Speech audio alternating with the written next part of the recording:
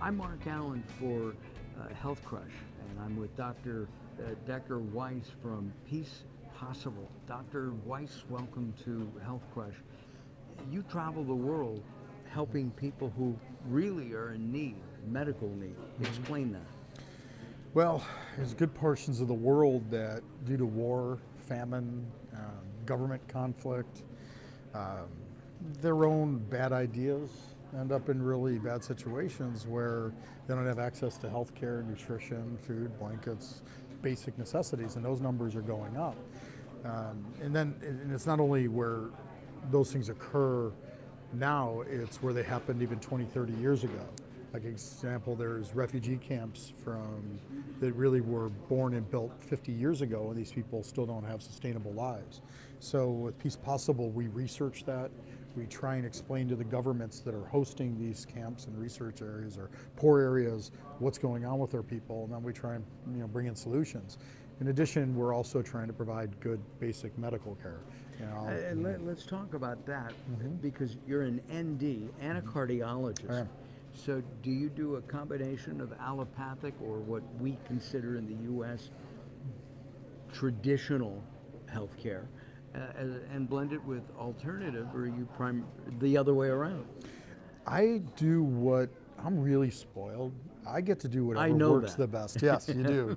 I get to do what works best.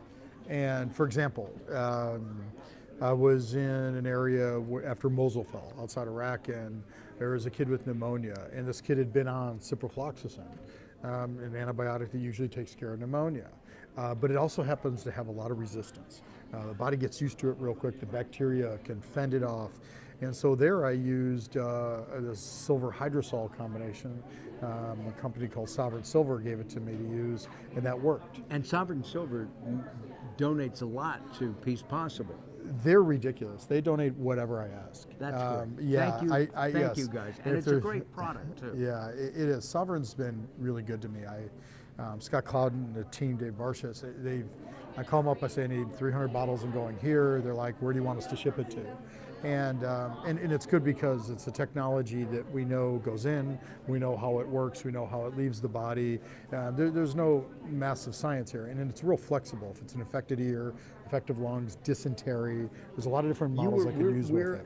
We're at New Hope's Expo, Natural Products Expo West in Anaheim, California, when we're doing this interview, and you were talking to somebody at the Sovereign Silver booth, and I was listening, and you said you could even put it in your eyes, your nose, your ears. Oh, let me tell you, when pink eye runs through a refugee camp, pink eye's, if you've ever had kids, one kid gets it in the school. The whole school shuts down.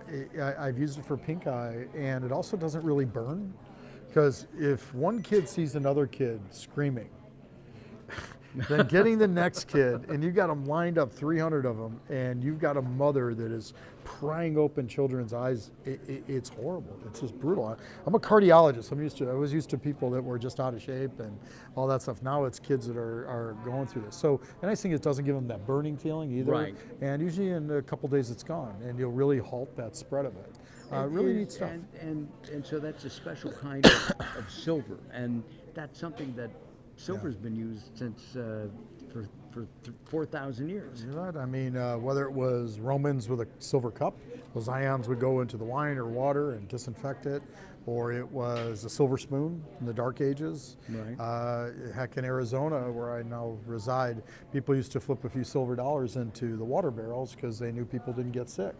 Well, horses are drinking out of it, people are drinking out of it, but the silver ions would kill off that bacteria. And one of the neat things is these bacteria will never figure it out. Meaning the bacteria are going to figure out pharmaceuticals, they're going to beat it. It's only, this. And we're the first, charity out there doing this type of medicine that doesn't add to the microbial resistance problem. Meaning that we're at a point where one of the reasons we're moving so fast to robotics in surgery is because if we have people in there and they get an infection, we could have a good chance of losing them. It's estimated by 2030, 1/3 of operations will not be able to be performed unless it's by robots.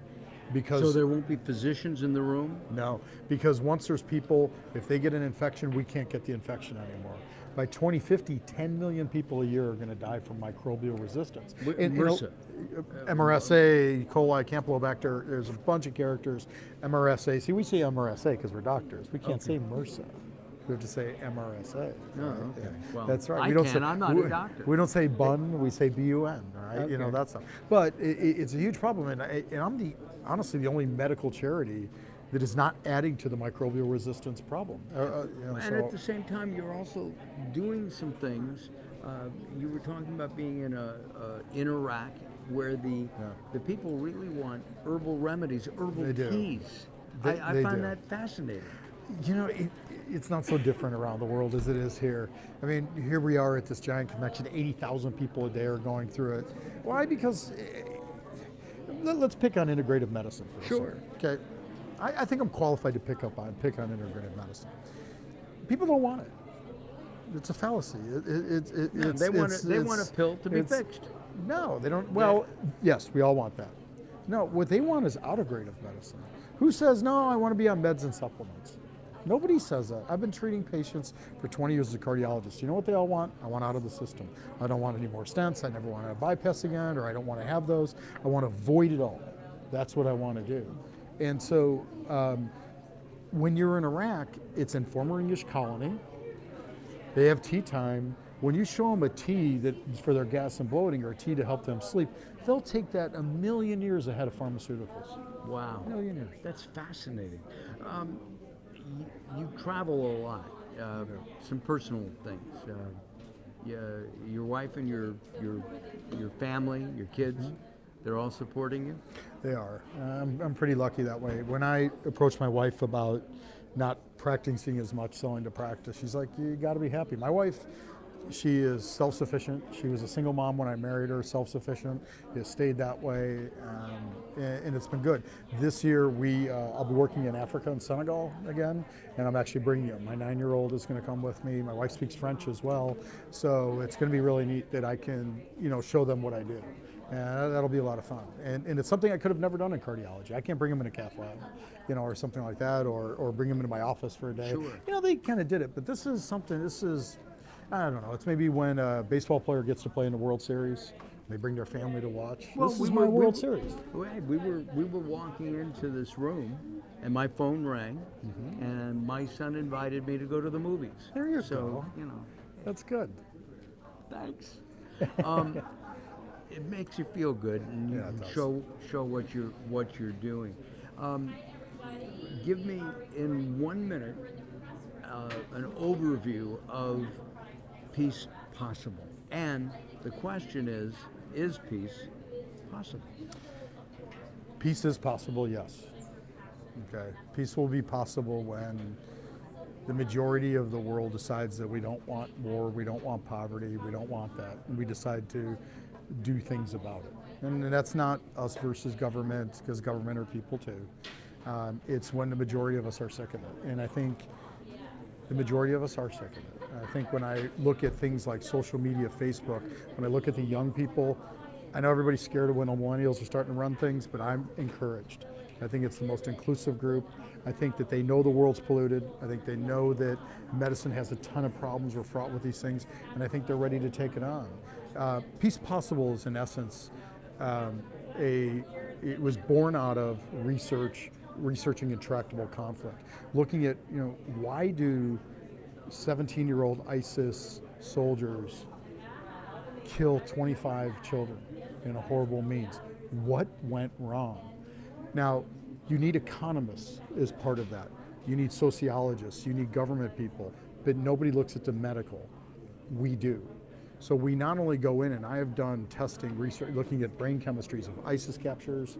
I have looked at refugees, soldiers out of war, Israelis during Operation Protective Edge, and I know we have learned what goes on in the brain, the chronic inflammatory stuff.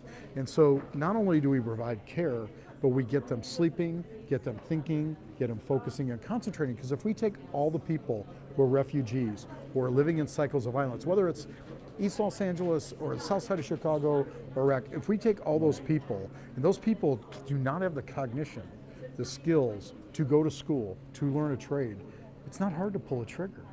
And so that's what they're going to do. One thing that you said to me earlier today was that I guess you were in a hospital. I think it was Iraq, and there were Sunnis and Christians and a variety of people. And you asked if they were going to stay friends because right now they're all working together. Right? Tell that story. Yeah, I was teaching rounds in an Iraqi hospital. It was an honor to do it. It was after 5 long days, 100 patients a day working in camps. So I was teaching back to my cardiology roots and internal medicine. It was really fun. And Sunni, Shia, Christian, Kurdish, there's even one Tajik. All of them during the war had ended up getting into Erbil to finish their training. Baghdad area, Mosul, a lot of these areas closed their hospitals. So came up here to train, and they were like, it looked like a bunch of American kids, where it was mixed races and colors that all grew up together and just for that. And I was like, I was just fascinated. And I said to them, and I was going to be careful with this stuff, right? And I said, will you remain friends after the war? And they said, we have decided we're going to stay friends. We have decided that medicine, the ethics of medicine are going to come first, that we are all different religions and all that stuff, but we are all doctors. And there has to be a line in the sand. I think that's terrific. It was great. And that's why it's possible. And if you want information on Peace Possible, there's the website is up underneath us right now. Alyn for Health Crush. We'll see you on our next episode.